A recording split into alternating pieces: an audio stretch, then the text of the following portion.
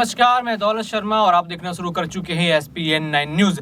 एकनाथ शिंदे की एक नहीं चली अजीत पवार के आगे। देखा गया वित्त मंत्रालय के ऊपर तीनों जो दो मुख्यमंत्री हैं और एकनाथ शिंदे हैं उनके बीच पेच फंसा हुआ था कि आखिर ये सीट एनसीपी की तरफ जाएगी यानी अजीत पवार की तरफ जाएगी, देवेंद्र फडणवीस के नेताओं की तरफ जाएगी या शिंदे की तरफ जाएगी। लेकिन यह शिंदे लगातार पाला अपनी तरफ खींच रहे थे क्योंकि उनका कहना है कि वो मुख्यमंत्री हैं, उन्होंने बीजेपी के एनडीए को समर्थन दिया तो तब पहली बार बीजेपी भाजपा जो है नेतृत्व में आई और महाराष्ट्र में उन्होंने अपनी सरकार बनाई। लेकिन इस तरफ अजीत का गेम और अजीत का पलड़ा इतना भारी पड़ गया कि यहाँ पर एकनाथ शिंदे को झुकना पड़ा और यहाँ पे देखा जा रहा है कि वित्त मंत्रालय अजीत पवार के पास होगा, जिससे करीब 22 विधायक नाराज हैं। देखा जाए तो शिंदे के विधायक नाराज हैं, लेकिन अटकलें ये भी लग रही थी कि अजीत पवार का गेम इसलिए खेला गया, अजीत पवार को इसलिए लाया गया ताकि एकनाथ शिंदे को चुप किया जा सके, क्योंकि एकनाथ शिंदे और उनके बेटे लगातार बीजेपी के आलाकमान के खिलाफ जो है कई बयानबाजी कर रहे थे। उनके बेटे ने तो यहाँ तक कहा था कि वो इस्तीफा भी देने को तैयार हैं अगर हमारी बात नहीं मानी गई। और देखा क्या गया कि उनके जो विधायक हैं उनकी बिल्कुल भी यहाँ पर देखा बात मानी नहीं गई और लगातार वो अपने विधायकों को ही जगह दिलाने के लिए लड़ रहे थे। उस बीच देवेंद्र फडणवीस के साथ भी उनकी दूरी आई, अमित शाह के साथ उनकी दूरी आई, लेकिन अजीत पवार ने सिर्फ एक मीटिंग है अमित शाह के साथ की जिसमें प्रफुल्ल पटेल शामिल थे। बंद कमरे में मीटिंग हुई और उसके बाद साफ हो गया कि वित्त मंत्रालय अजीत पवार के हाथ में होगा।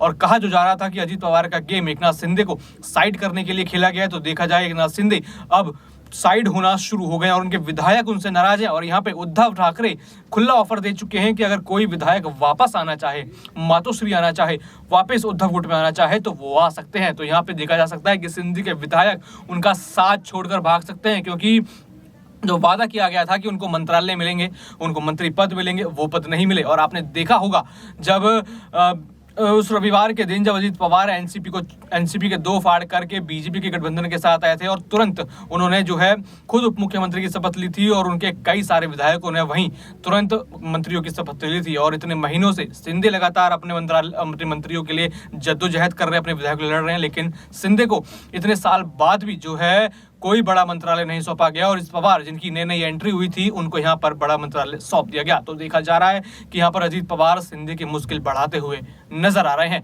तो क्या अब शिंदे के पास सिर्फ इस्तीफा देने का ही जो ऑप्शन बचा है, क्या वो इस्तीफा देकर साइड हो जाएंगे? क्योंकि उद्धव ठाकरे भी उनको लगातार बुला रहे हैं, संजय राउत कह रहे हैं कि कार्रवाई करेंगे, शरद पवार जो है अजीत पवार के ऊपर कार्रवाई करेंगे। और अगर अजीत पवार के ऊपर कार्रवाई हो जाती है तो पूरी तरीके से एनडीए बिखर जाएगा। क्या उससे पहले अजीत पवार अपने आप को मजबूत करते हुए यहाँ पर शिंदे का जो है इस्तीफा दिलवा देंगे?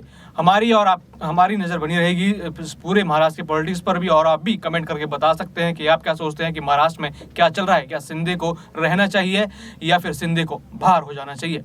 और भी ऐसी खबरें जानने के लिए देखते रहिए SPN9 न्यूज। धन्यवाद।